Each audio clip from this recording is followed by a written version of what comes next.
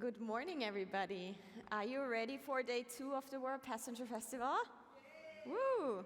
Yeah, bring some energy in after the first intense day and the reception in the evening. So what better way or panel to kick it off with our diversity spotlight this morning. My name is Claudia Falkinger. I'm the Managing Director of PVS and the Better Mobility Accelerator. And now we're gonna kick it off with the topic towards inclusive and people-centric transport. How can public transport fully embrace a culture of diversity, equality, and inclusion? So for this discussion, I welcome my panelists on stage. So please welcome them with a warm applause. Joe Scott, Head of Bus Transportation, Transformation of the Transport of Wales. Welcome, good morning. Katherine, Conrad, Director of NEORide. Misoo, Yoon, Chief Human Resource Officer at SNCF Rizzo. And Roberta, Rizzo, Head of International HR of the FS Group. Welcome. So thank you all for joining.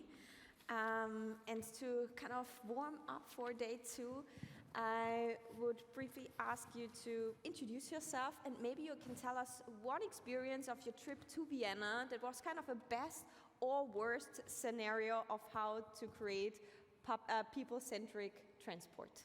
Katherine, do you want to kick it off? I sure will. Thank you.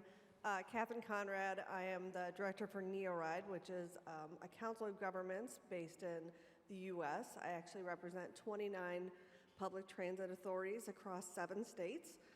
I probably came the farthest since I am from the U.S., about a 9-hour trip. I will say probably the most challenging part of the trip was just getting on the airplane to come to Vienna.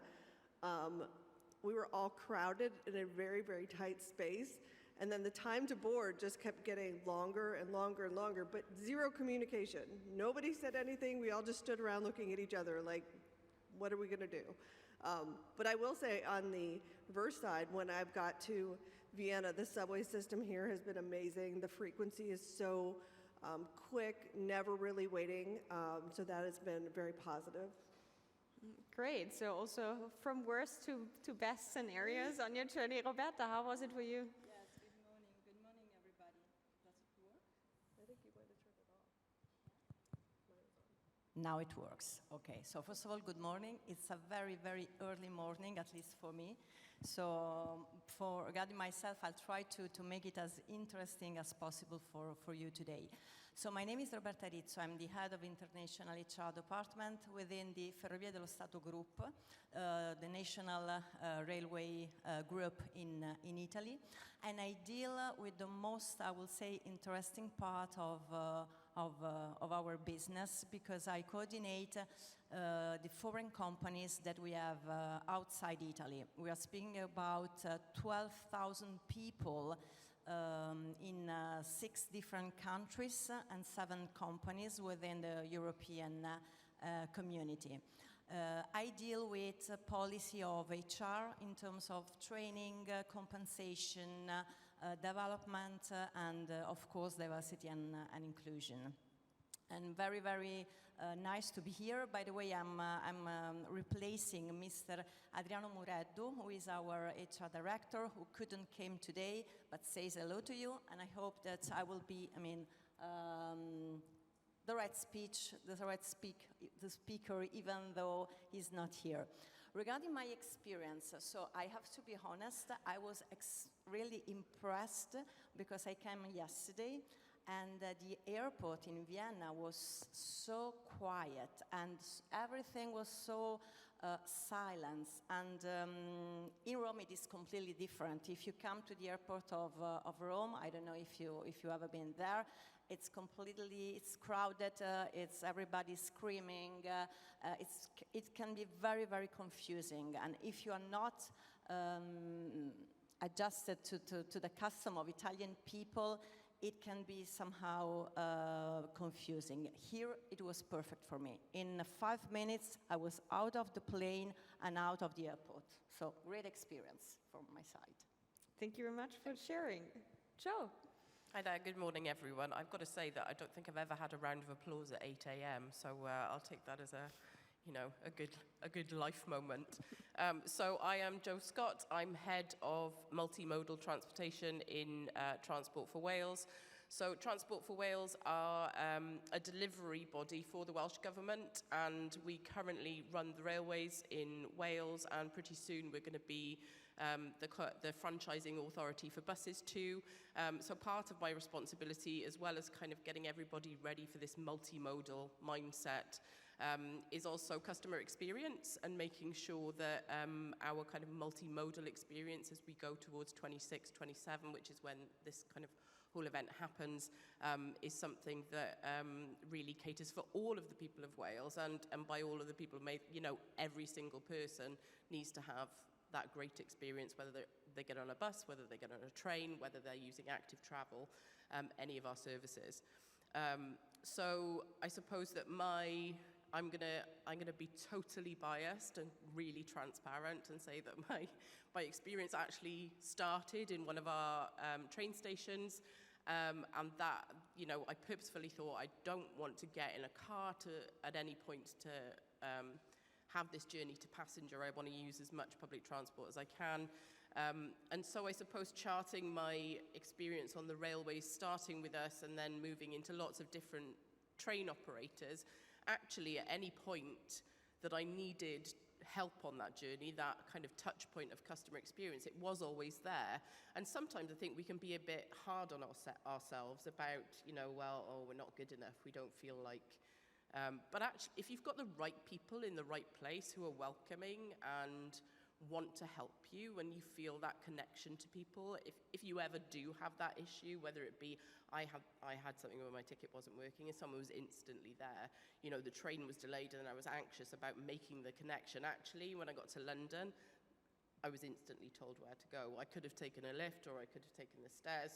So I do think we should take heart that organisations are thinking about this journey experience and not just limiting it to the idea of, one type of person, I suppose, and that customer experience and that connection is kind of the glue that holds a lot of that together. So that's my positive experience. Thank you.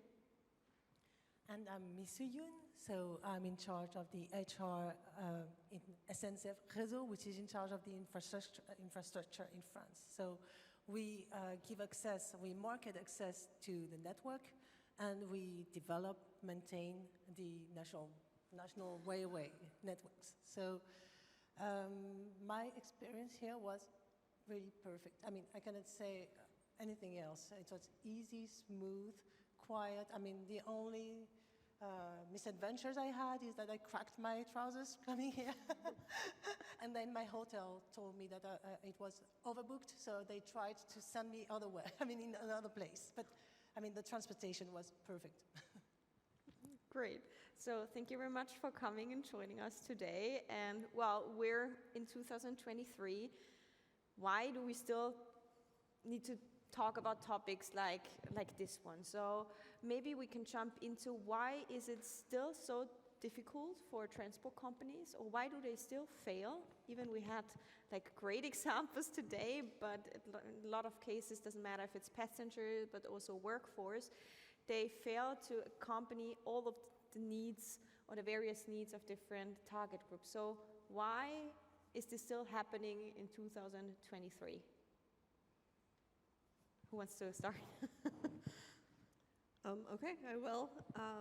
I think that the reason that we need to still keep discussing it is because in the years before where there was little to no discussion, there was not inclusivity. I would say that my experience has been that we're definitely having those discussions now. We are starting to move in that direction, whether we're helping those who are minorities, disabled, seniors. I even recently worked on a project where we focused on people who had who were unbanked, had no credit card or low income. But really, I think that it's important to continue to have those conversations so that those who cannot necessarily speak up for themselves are able to do so. So we've really taken a lot of steps to try and make sure that, you know, public transport, which is meant to be the equalizer, if you will, is accessible to all types of individuals and meeting all of their needs. How is it in Italy and your subsidiaries? Yeah, so I perfectly agree with you, and I will say that there is, I think, two main factors. So first of all, the historical legacy, because to be very honest, the transportation industry, like many other sector, has been a legacy of male domination. I mean, it's true. So it has been designed historically by man for man, and without taking into consideration the needs of women or of other underrepresented groups. Okay, so I think that the recognizing this gap is really the first step we have to do in order to create a more inclusive and equitable transportation system. And then the second element is that society is changing so fast and so much. So it has evolved and it has become increasingly diverse. So the need for a new transportation system that can accommodate a broader range of communities' needs and lifestyles has become evident. So I think that a modern way of transportation must consider these various needs and must adapt to this, multicultural situation, promoting accessibility and sustainability. Yeah, I absolutely agree that there's been systemic issues, and that actually we kind of need to be compassionate with ourselves, all of ourselves, and not, you can acknowledge it, but you don't necessarily, you don't need to feel bad about it. You just kind of notice it and become conscious of it. There's this incredible book called Invisible Women. I don't know whether anyone in the room has read it, but there's a chapter actually on transport planning in that book, and I found it incredibly, quite moving actually, to recognize that design has been created with inherent bias. And again, let's just call it out as it is. That's historical, as you said, it's structural. But I feel like now, because we know these things, it's okay for us to challenge it and to say, okay, well, if we're in a planning organisation, and we certainly have planners in Transport for Wales, they may feel deeply uncomfortable when I send them that chapter and read it. But actually, we should be challenging ourselves. We have that moral responsibility as transport authorities to make these changes. And I really do feel that leading by example in these ways and kind of doing what's right, doing what we need to do rather than doing what's always been done is the important shift in mindset, and pushing people, whether it be comfortable or not, into that mindset by challenging is absolutely all of our responsibility. Mm-hmm. How is it with SNCF? Yeah, SNCF RESEAU is in charge of the infrastructure, so it's not challenged by passengers as you are. So we have to find our self-motivations to be more inclusive. And I think that we are now very much convinced that we have to be more diverse and to be more inclusive, because it's also a matter of economic performance. I mean, we know that having women in boards, is better for the company also. And we made studies also, a very interesting study actually. It was a sociological study about security, saying that that demonstrates that the culture of masculinity tends to have a negative impact on safety also. And we are very safety driven actually in the RESEAU. And masculinity also encourages certain types of risk taking. So, we are profoundly convinced that being more diverse, being more women inclusive also, is very much a matter of economic and security thing. Mm-hmm. And it's very hard, because that's your question. Why is it so challenging? Why is it very hard? In SNCF RESEAU, we have, 50% of the executive committee members are women. So that's a lot. But, in the executive employees, we have only 13% of women because we have no women in technological fields, actually. So we have no candidates. We have no female candidates. So we have to go in schools. We have to promote, we have to have targeted campaign recruitments, but still we don't manage. I mean, it's very hard to build vocations. Misoo, like having this high rate in the management range, so how did you get there? So what were the measures that you have changed this on a management level, and how does it affect the whole, let's say, company culture? Does it matter for workforce, but also for a user base? So which changes have you realized, and how did you get there? Yeah, you're right, it's a profound cultural change. I mean, so you have to use a lot of levers. The wage lever, for instance, we have a part of the variable portion, variable wage that is related to women recruitment. So this is one of the incentives, the more women you recruit and the more your variable portion, in the executive committee is high. So we also have cooptation bonuses that are higher when it leads to recruitment of women. And we also use a lot of role models. It's very important to show that women can achieve, beautiful careers in our field. So we're communicating a lot also. Yeah. Gender is one topic, but when we talk about equality, inclusion, and so on, this is way much more when it comes to age, heritage, and so on. So how do you include this in your company's structures and processes? So in Transport for Wales, we have an equality, diversity and inclusion panel who are also part of the design process. So generally, we tend to go towards kind of organizational problems with systems thinking. So we actually want collaboration from all parts of the company to bring those diverse voices into not just the product that we're delivering, but also to include them in the process of design itself. So it might be people from the organization, but then we reach out to maybe third sector organizations to come into that collaborative structure so that we make sure we hear all of the voices, because you can recognize that if you're thinking about a nation, then that nation is diverse and you want proportional representation as part of the decision making. And so we can make the engineering, those I love the fact that we have such a diverse range of women and folks making those kind of engineering choices too, but actually bringing everybody in together to just validate and make sure that they are right for all of the people of Wales is becoming part of the process. And I kind of love that there's that collaborative element of decision making, as opposed to it all being, I don't know, command and control is so old school, isn't it?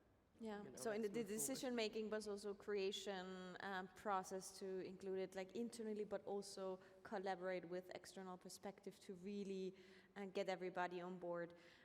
Like the European transport sector counts around, let's say, it's 22% women. So Roberta, you kind of said it. You always plan for what you know. This is like human, including these different perspectives also when it comes to new innovations. So it's also not like a social topic, it's also like a huge economical and ecological topic. So what did your company do, or what's the drive, the benefit, the motivation behind it really changing something? Yes, thank you. First of all, I have to say that FS Group has started working on diversity, equity, and inclusions many years ago.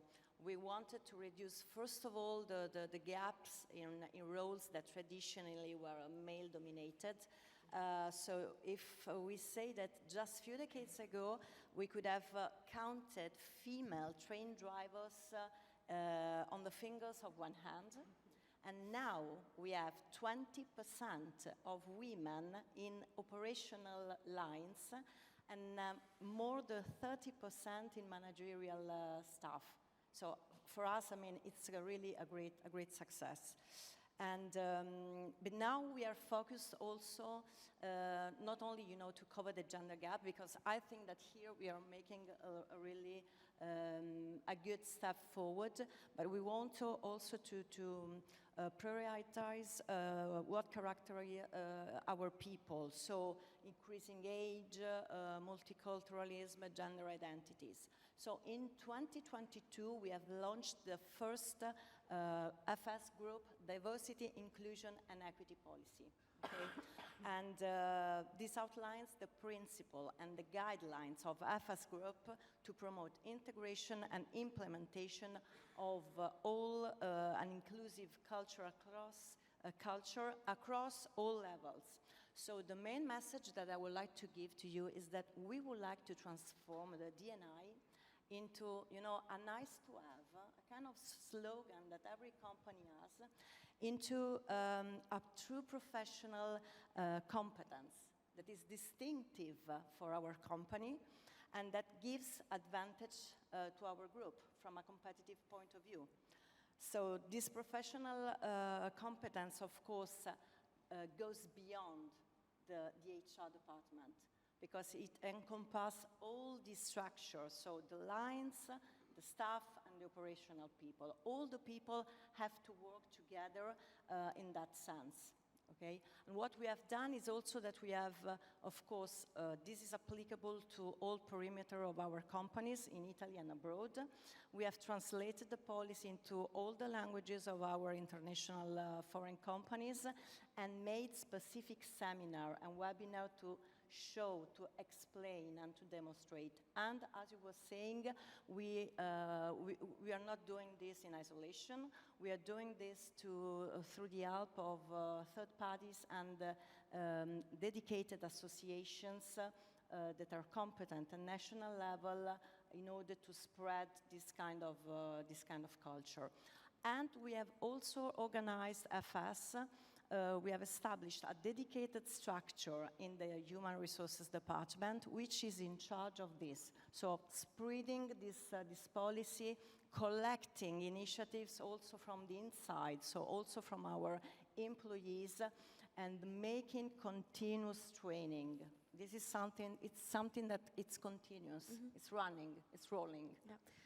Roberta, if someone in this room says, hey, this sounds awesome, I also need such a policy or structure in our company, but I have to convince my board or whoever, what are the success factors to really get it started and implement such a thing? So what are your tips or takeaways?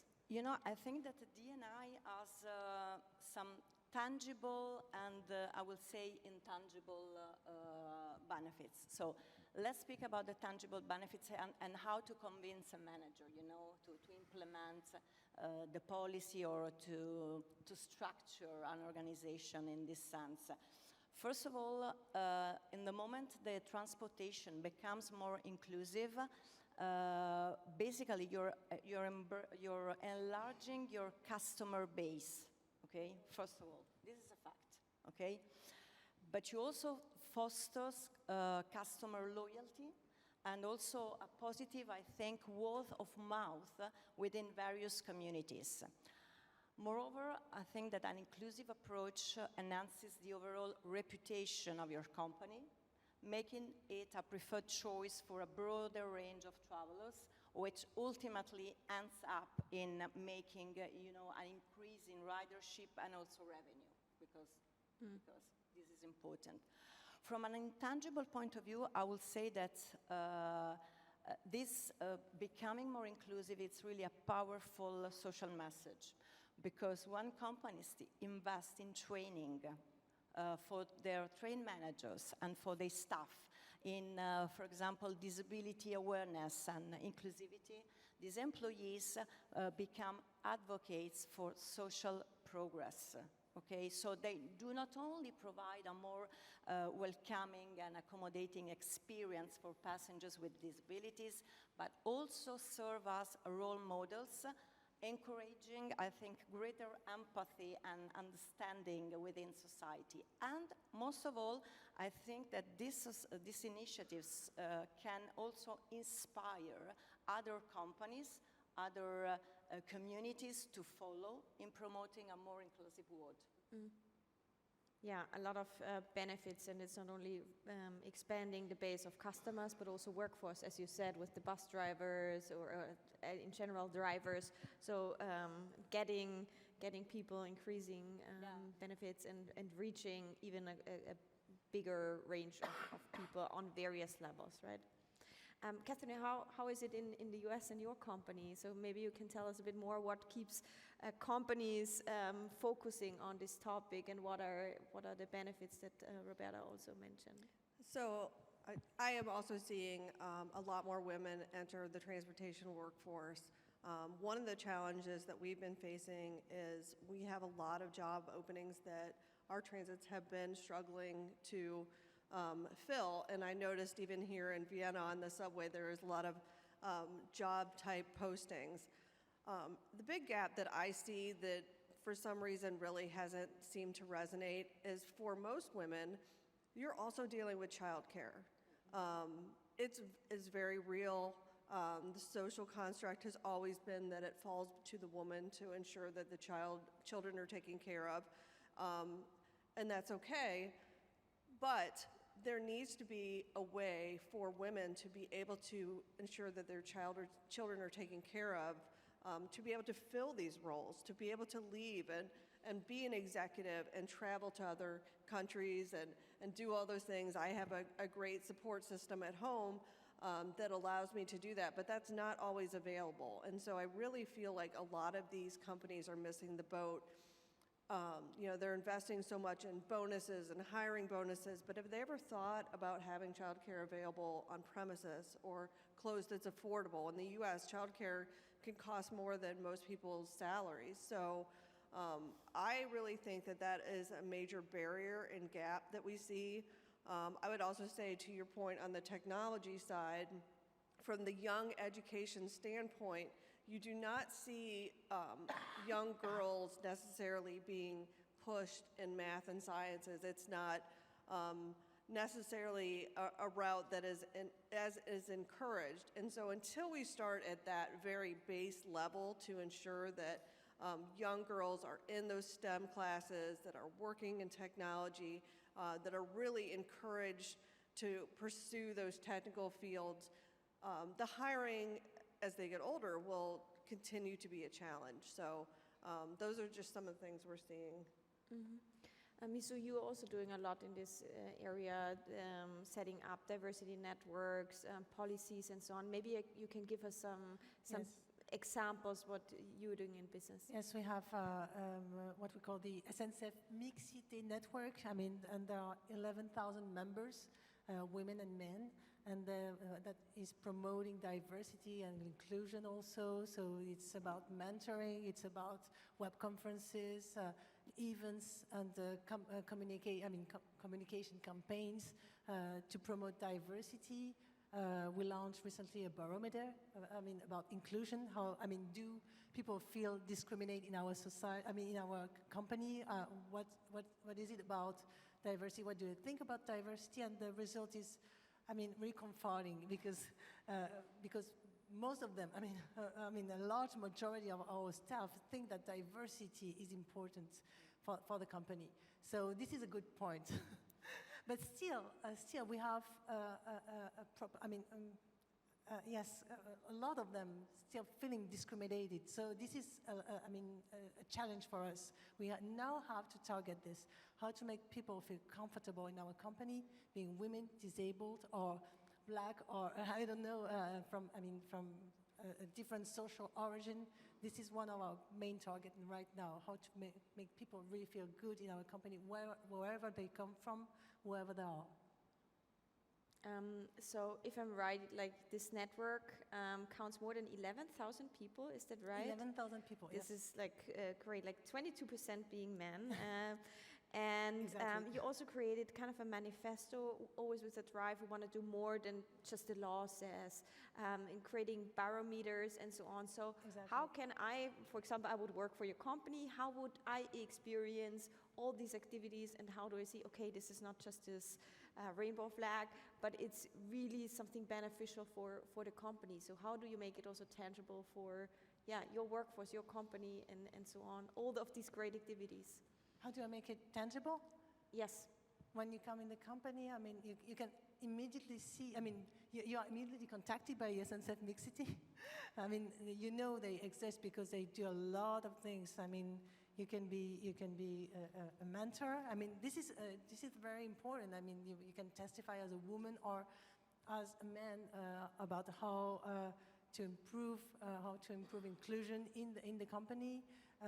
We are doing a lot of exhibitions, I mean, also in the buildings, so everyone can see that SNCF Mixity exists because we have ambassadors, I mean, all over the places.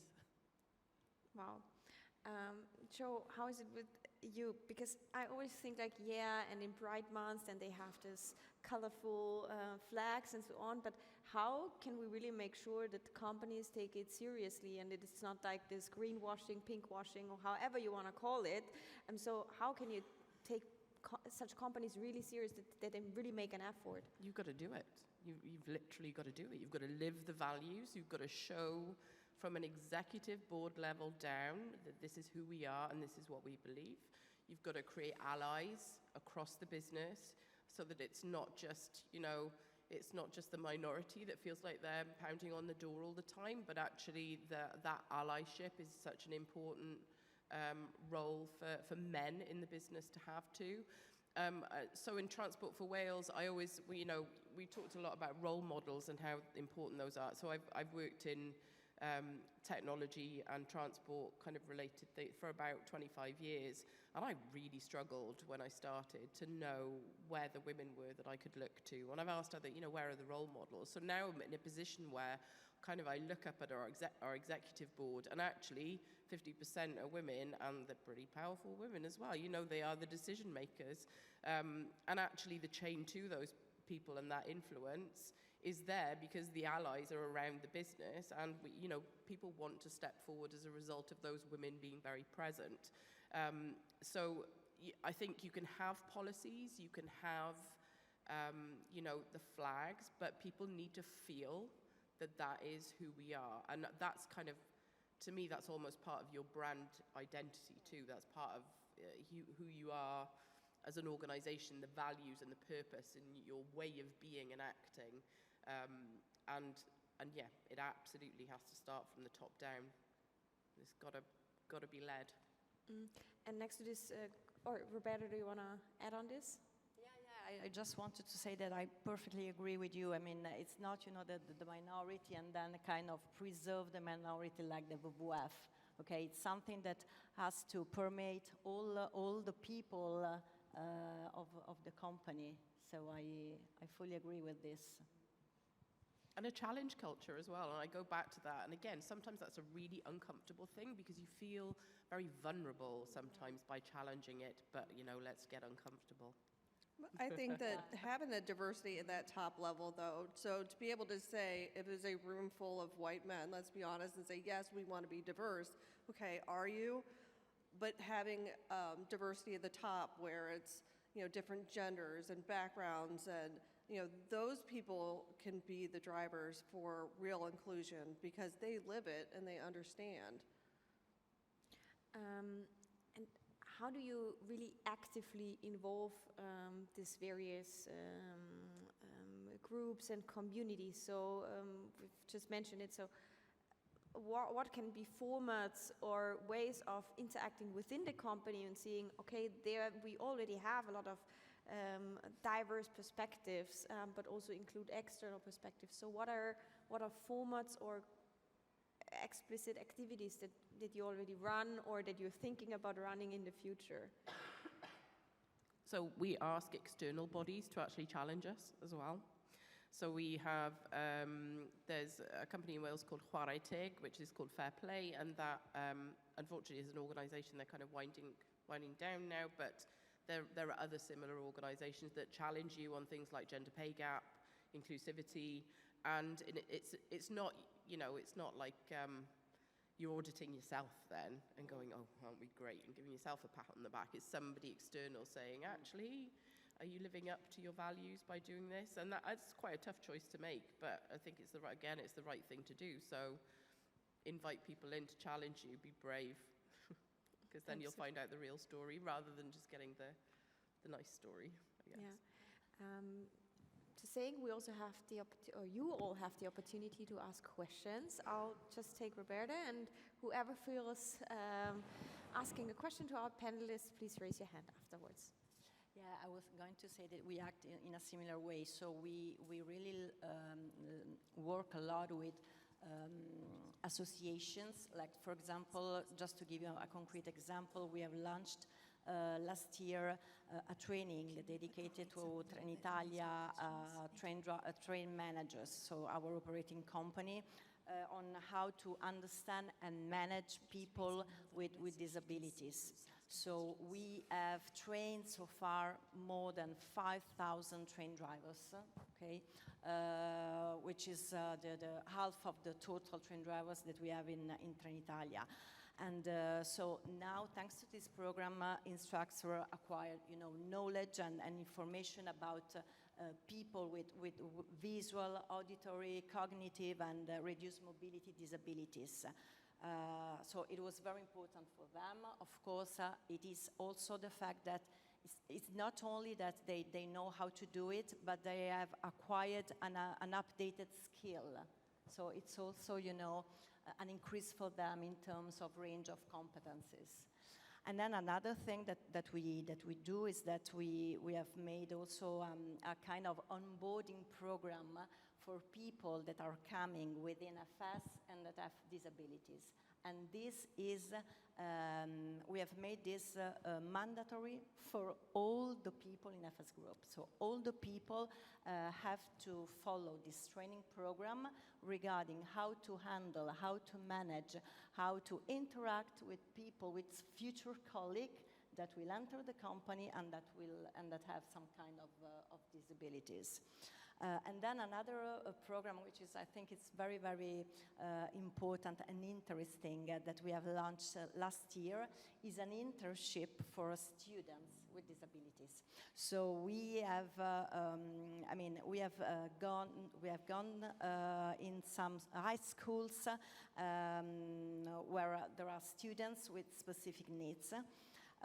Typically, problem with autism and neurodiversity. And they have made a kind of an internship, so they have been working for several weeks with our staff people in the maintenance department and in the ticket office department, so dealing also with customers. And it has proven to be a very, very good experience for these students, but also, again, for our staff. So I think it's a mutual experience. To really feel comfortable. It doesn't matter if it's your colleague, a customer, user, and so on. It's really great, and for everybody a benefit. And to really see that's a competence and not like a specific need. So really also integrating this, the visible and not visible disabilities. Any other examples? Otherwise, I just look in the audience. Any question? Over there. Hi there. I heard you talking quite a bit around the importance of senior leadership and engaging them in this conversation as allies or as representations of minority groups or marginalised groups. I'm curious, what are your suggestions in terms of how you address it from the other side of that spectrum? And what I mean by that is those frontline colleagues that maybe aren't as engaged as you'd like them to be, where the culture isn't actually a very positive one. How do you translate that support from the top and actually get it heard by those that are, doing the day-to-day work, particularly those that are long-term service people who maybe have a culture that they've inherited? I think that one of the things that we've done in our transits, and I worked for one of them at a time, was having those open dialogue and communication. So we referred to as brown bag lunches, where we had invited all of the line staff. We held it at different times of the day because you have staff coming at 4 or 5 in the morning or really, really late. But being able to, ask questions, have that back and forth conversation. But to your point, it is always a challenge. We could have some really great ideas at the executive level, but if it's not making its way down throughout the organization, definitely can be a challenge. Yeah, I mean, for our company, we have made this process top-down and bottom-up. So top-down because at a certain point, FS has decided that this should be one of its main, policy that should apply to all levels. And we have a structure, we have guidelines, we set up for trainings, webinars, find specific topics. But we also want to listen what people inside the company have to say and have to suggest.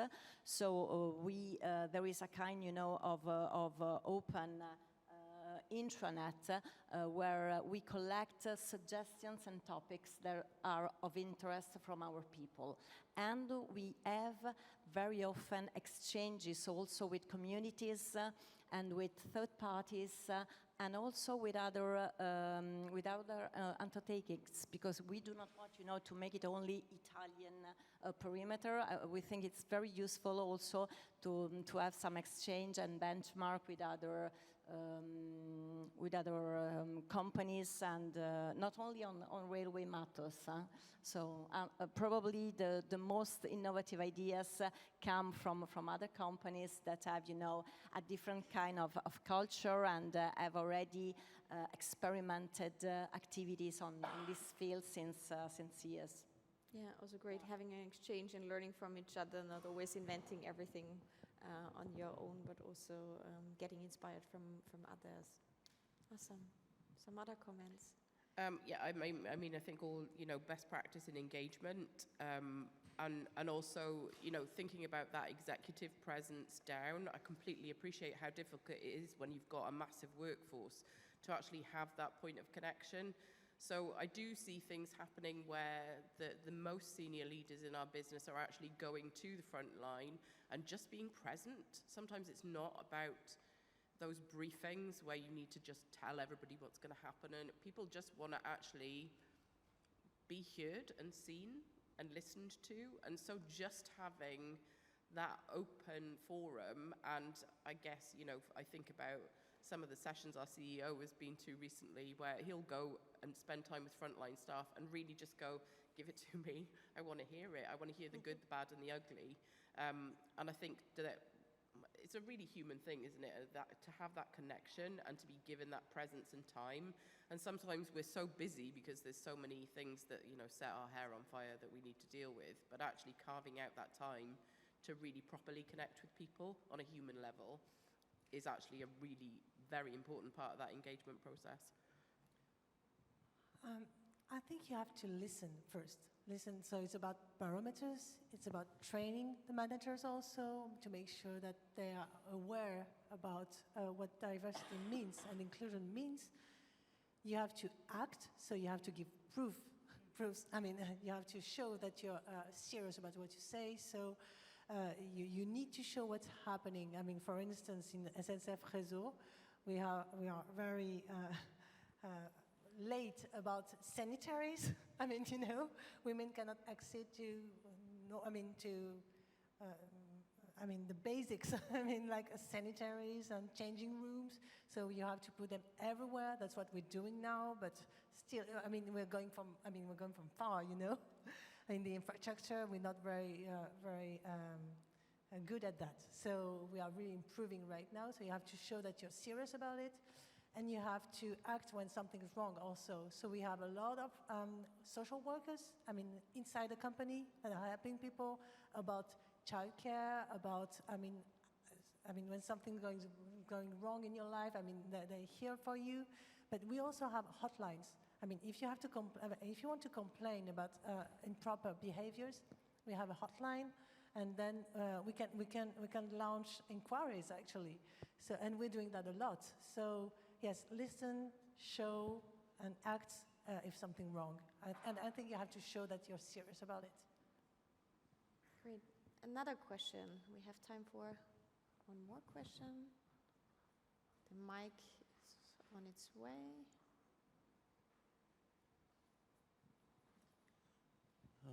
I'm Robert. I'm from the Tyrolean local transport authority, and we're tendering bus services and rail services.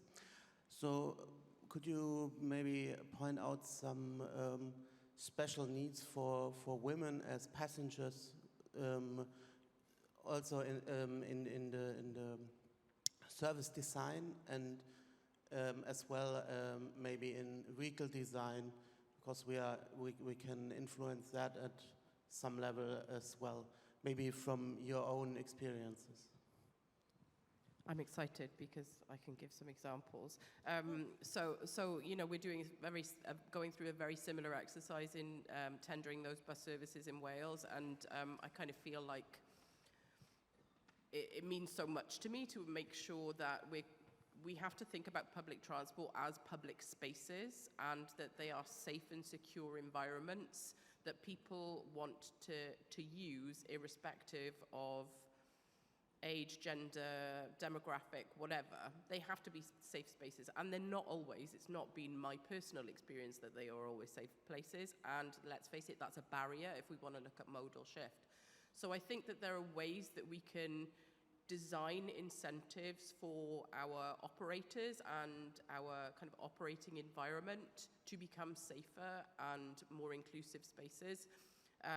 We've got something that we've worked with the British Transport Police on called the Railway Guardian app. If you're in the UK, you can I think you can probably download it now, which is a way of anonymously reporting things if you're on a transport system and you feel unsafe for any reason. I think there's probably some opportunities to extend that across modes, so that you can do that if you're on a bus and you feel the same way. I mean, the telematics on buses now are quite exciting, so there are ways of messaging in that environment. So I think it's worth exploring, specifying those kind of things when you're actually looking at vehicle design, as we all put out our new electric vehicles. And then really just the expectation in the training space, and again, that's a customer experience space, for drivers or any frontline staff to behave in certain ways. And that until recently, that really hasn't been part of training packages. So in Wales, we've started designing specific training to address that kind of connection, safety, welcomingness onto, whether it be a bus, whether it be a train. Again, just that kind of equity of humanity, I suppose, about welcoming people in and making it feel like it's a good experience. But then when things do go wrong, there are ways that people feel like they can protect themselves too. And when you're designing contracts, you can absolutely put that stuff in there. I couldn't agree more on safety. I recently was in Chicago on a train, and I felt very insecure. I felt very nervous to be there. And when you think about it, you're a woman and you're coming home late at night. Are you going to get on a subway or a bus where you feel like, you're out there on your own, and you might have to start defending yourself because you see people who are clearly passed out drunk in the corner, as on the subway, or people who are being loud and very rowdy. It is a comfort level. I think the biggest thing for women, obviously the child care level too, we're usually taking kids in strollers and ensuring that that's accessible. I have twins who have disabilities.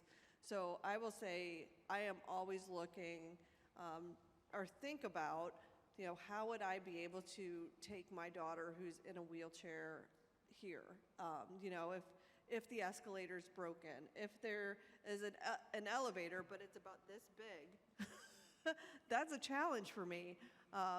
So I'd be able to come at the mindset and look and think about, there are several places I've traveled where I thought I would never be able to bring her because of the challenges. And this also benefits all. Yes.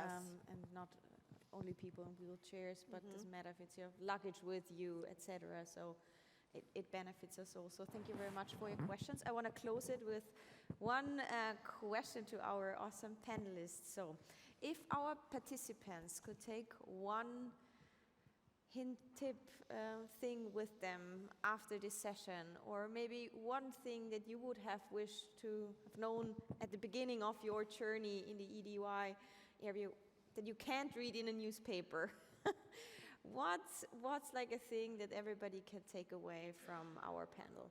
Just one or two sentences. I think for me, and my personal journey has been really finding those mentors. And I've had mentors from a very young age where I was really just an intern who took the time to guide me, to bring me into meetings I probably had no place being in, to be able to hold my hand, and still to this day I can connect with and say, I'm having this challenge. And they have been very strong female mentors as well as male leaders. But I think that, if I had known early, I found out early that those were very crucial. But now that I'm more at the executive level, I've really taken that, okay, now it's my turn to look for those people to foster and help grow. Thank you very much. Roberta?